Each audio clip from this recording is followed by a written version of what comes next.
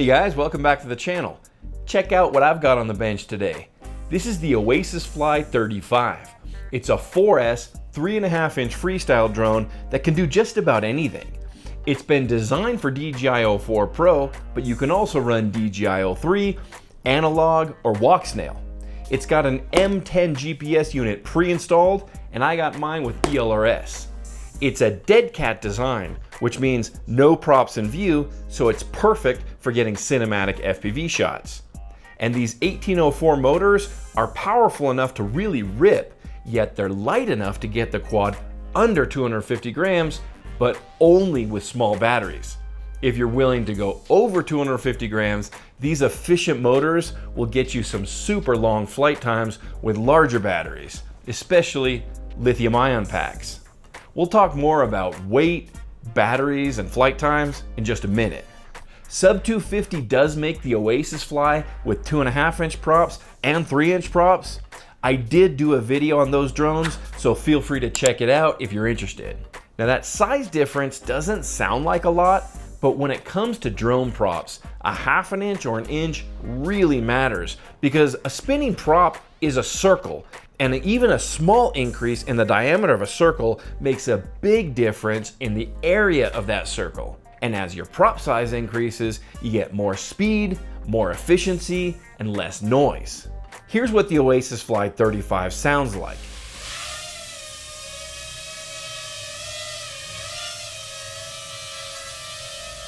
At the end of this video, I will compare this drone to some of the other options you might be looking at, like the SpeedyBee Master 3X, the DeepSpace Seeker 35, and of course the Oasisfly 25 and 30, so make sure to stick around for that. All right, let's take a close look at the Oasisfly 35. Here's what the drone looks like when it comes to you. I got the ELRS version without DJI O4 Pro. And here's what you get in the box.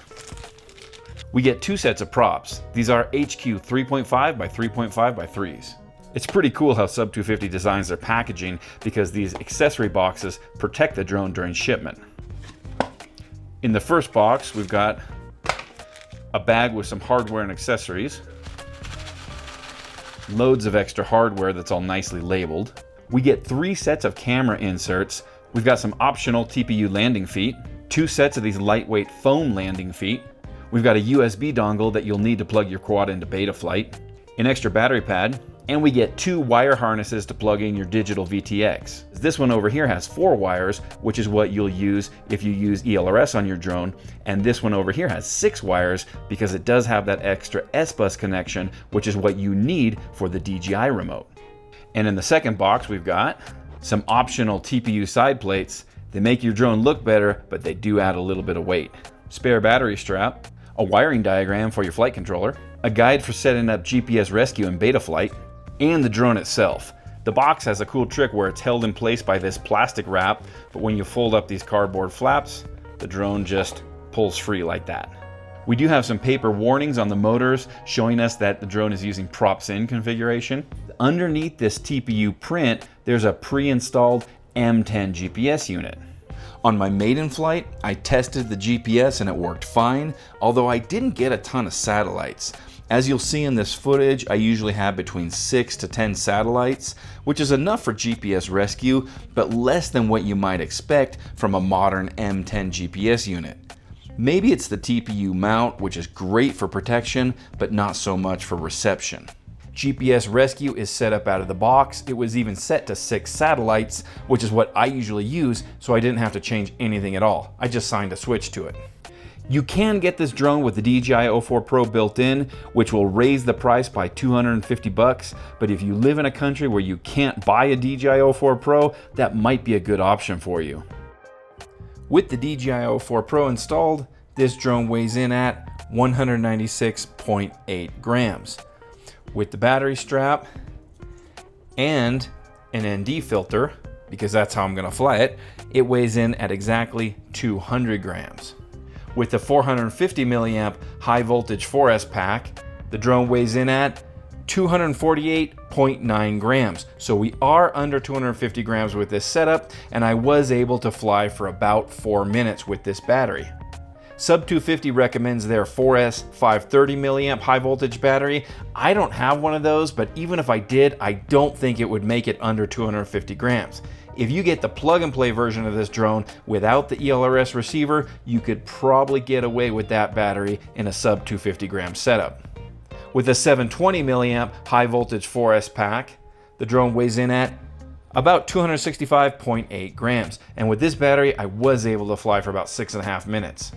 With a 3000 milliamp 4S lithium ion pack, the drone weighs in at 405.3 grams. Notice I did swap out battery straps. This larger battery does require a longer, heavier battery strap. If you're okay going over 250 grams, this lightweight 3.5-inch drone with a lithium ion pack is an amazing little cruiser. You can just toss it in a backpack and it could be the perfect travel drone because you can get some amazing flight times on this setup. Notice that there are no side panels or landing feet pre-installed on the Oasisfly35 like we had on the Oasisfly25 and 30. We do get those pieces in the box if you value looks and protection over weight, but if you want your Oasisfly35 to be under 250 grams, you'll probably have to leave those parts off. The 4 TPU landing feet weigh in at 3.6 grams. The 4 lightweight foam landing feet weigh 0.8 grams. The 3D printed side plates weigh about 5.5 grams. And the smaller side plates weigh about 1.3 grams. I'm using the lightweight foam landing feet on mine. I cut them in half and I'm using a half on each arm. The camera mount on this drone is the same as the Oasisfly25 and 30, which uses an aluminum plate and these silicone inserts. The design works very well and I didn't get jello in my footage. The mount allows for plenty of camera tilt. I've got it tilted all the way down to 0 degrees or pretty close to it, and you can tilt it all the way up to about 30 degrees. That's plenty of tilt for the type of flying that I do. Even with the camera tilted up, there is clearance between the GPS mount and these aluminum side plates, even when I use these super wide freewheel ND filters. Our motors are the Sub250 branded 1804 3450 kV motors. This is a 4S setup. These motors are super powerful while still being lightweight and efficient. And that lightweight power system is the key to getting this quad under 250 grams, or at least close to it.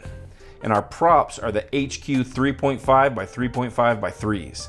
These props have a 3.5 pitch, which is higher than what we usually see on other 3.5-inch drones like the Master 3X, which uses the 2.5 pitch version of these HQ props. I really like this prop choice because I fly in the mountains at high altitude and I really prefer the higher cruising speed and responsiveness I get with higher pitch props. As far as range goes, I took the Oasisfly35 out to about 1 kilometer because that's as far as I can go without breaking any laws in a YouTube video. But it's far enough to get the shots I want, and as you can see, my video reception and RSSI were rock solid. So with its lightweight build and efficient 1804 motors, this quad has a range of several kilometers as long as you're using larger batteries or lithium ion packs. On my Lumineer 3000 milliamp lithium ion pack, I easily flew for 15 minutes, and that's doing mountain surfing at high altitude to get these cinematic FPV shots, which involve a lot of climbing in windy conditions, and I did land when my battery got to about 3 volts. I saw that another reviewer flew the Oasisfly35 for 23 minutes on an iFlight 3000 milliamp lithium ion pack, but he was just cruising around in a parking garage at low speed with 0 wind, and he landed at 2.8 volts. Under realistic conditions, I think you can count on 15 to 20 minutes, which means that the Oasisfly35 can be a long range or at least medium range drone if you use lithium ion packs. Alright you guys, now I've got the top plate off so I can give you guys a look inside the drone. Our flight controller is the Red Fox A3 all-in-one board with 45 amp ESCs, and it is running BL Heli 32 firmware. This is the same board as the Oasisfly25 and the Oasisfly30. There's no USB port, so you do have to use this dongle, which plugs into the flight controller on the side right here. I would have preferred a real USB port, but this dongle works fine. Just don't lose it. We do have a capacitor right here, and it's held in place with this 3D print that's mounted onto the stack screws. My drone came with ELRS pre-installed, and the receiver is mounted on this 3D print back here, which sits right on top of the air unit. It is a standard size receiver, and it does have a standard 2.4 gigahertz receiver back here. The Oasisfly25 and 30 came with Sub250's light ELRS receiver, which has a built-in ceramic antenna, and I wasn't really a fan of that. I much prefer to have a real antenna like we have on the Oasisfly35. Keep in mind that if you plan to use a DJI remote, you should get the plug-and-play version, and you'll save a few dollars and about 5 grams because you won't have this receiver, or this antenna, or this white 3D print. When it comes to the quality of the prints that we have for the rear end, GPS mount, the side plates, and the landing feet, they're okay. They're not the best prints I've seen, but they get the job done. Sub250 does have the STL files to all these prints on their website, so if you break one of these prints, or if you just want to print up your own to customize the color scheme, you can do that. What I really like about this drone is how quiet it is. Remember that a quiet drone is a drone that's lightweight for its prop size. And even if the Oasisfly35 does put its toes over that magic 250 gram number with larger batteries, it's still very lightweight compared to other 3.5-inch drones like the DeepspaceFPV, and it is super quiet. That's important to me because I fly in public spaces, and it's nice not to call so much attention to yourself when you're out flying. I also really like these higher pitch props. The drone just feels super locked in.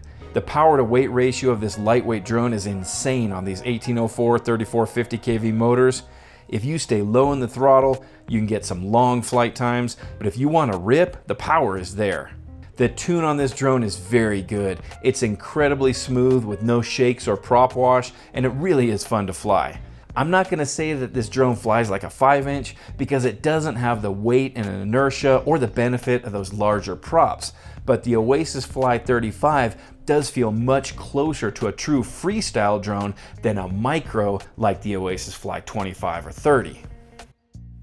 If we compare the Oasisfly35 to the Oasisfly25 and 30, these larger props are much more efficient, so the Oasisfly35 can fly longer, and it has a higher cruising speed so you can cover more distance. For example, at this location, I like to shoot this waterfall, but to get these shots you really need to be able to cover a certain amount of distance and still have plenty of battery left to get the shot and get home. If I were flying the Oasisfly25 or 30 right now, I wouldn't have the confidence to get these shots because those smaller drones just don't have the range or endurance. They don't have GPS, and they have an ELRS receiver with one of those little ceramic antennas that just doesn't have the range. The Oasisfly35 is big enough to be able to battle the wind and to go the distance to get these medium range shots, especially with that GPS and a larger battery. Smaller drones are going to be better for flying in smaller, tighter spaces, and keep in mind that the Oasisfly30 is under 250 grams even with a 720 mAh 4S battery, which is a very reasonable battery size, so you don't have to sacrifice flight times in order to get under 250 grams. Let's put it this way. When weight isn't an issue, I prefer the Oasisfly35 because it's so much more capable. But when I have to be under 250 grams, I would take the Oasisfly30 with a 720 mAh 4S pack over the Oasisfly35 with a 450 mAh 4S pack. For me, 3.5 inches and above just feels like a real freestyle drone, and 2.5 inches and below feels like a micro. And 3 inches is kind of a little bit of both worlds. What do you guys think? The SpeedyBee Master 3X has 1507 3600 kV motors for 4S batteries. It's been wired for GPS, but the GPS unit isn't included, and it weighs 234 grams with the DJI O4 Pro, so it's not a sub-250 gram setup. It does have the advantage of this modular camera mount, and it's full of bling. It's absolutely beautiful, but it is heavy. I do have a review of the Master 3X up on my channel, so be sure to check that out if you're interested. The DeepspaceFPV has 2006 motors on heavier, more powerful 6S batteries. It uses an XT60 instead of an XT30. It has a GPS built in, and it weighs in around 280 grams, so it's obviously not a sub 250 gram setup either. It also has the advantage of coming in an X-frame or a dead cat, and from what I can see, it's an absolute ripper that'll make you forget about your 5-inch drone. I do have a Secret 35 on the way, and I will be reviewing it soon, so make sure you're subscribed so you don't miss that review.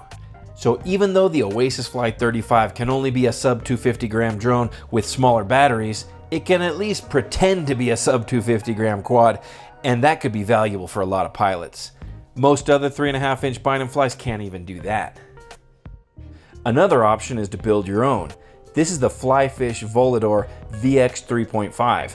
I can't tell you how much it weighs because I'm still in the middle of building it, but I'm using 1804 motors on mine, and this frame is super lightweight, and I do plan to get it under 250 grams.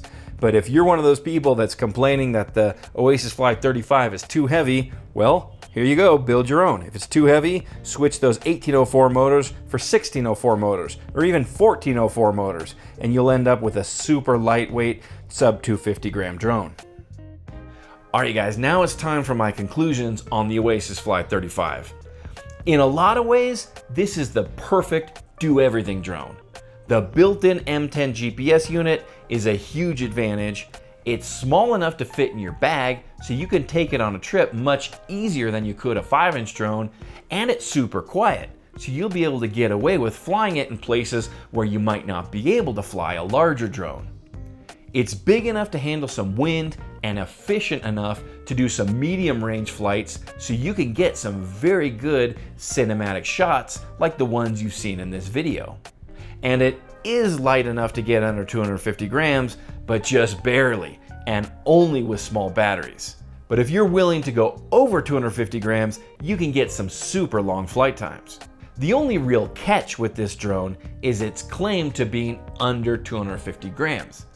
This sub 250 gram drone from a company called Sub250 is only actually under 250 grams with a very small battery, which means that your flight times are going to be very limited, and with those smaller cells, you get a lot more voltage sag, so you're going to see that low battery warning pretty quick. It's like buying a high-performance sports car and then only filling up the gas tank halfway. You just aren't using it to its full potential.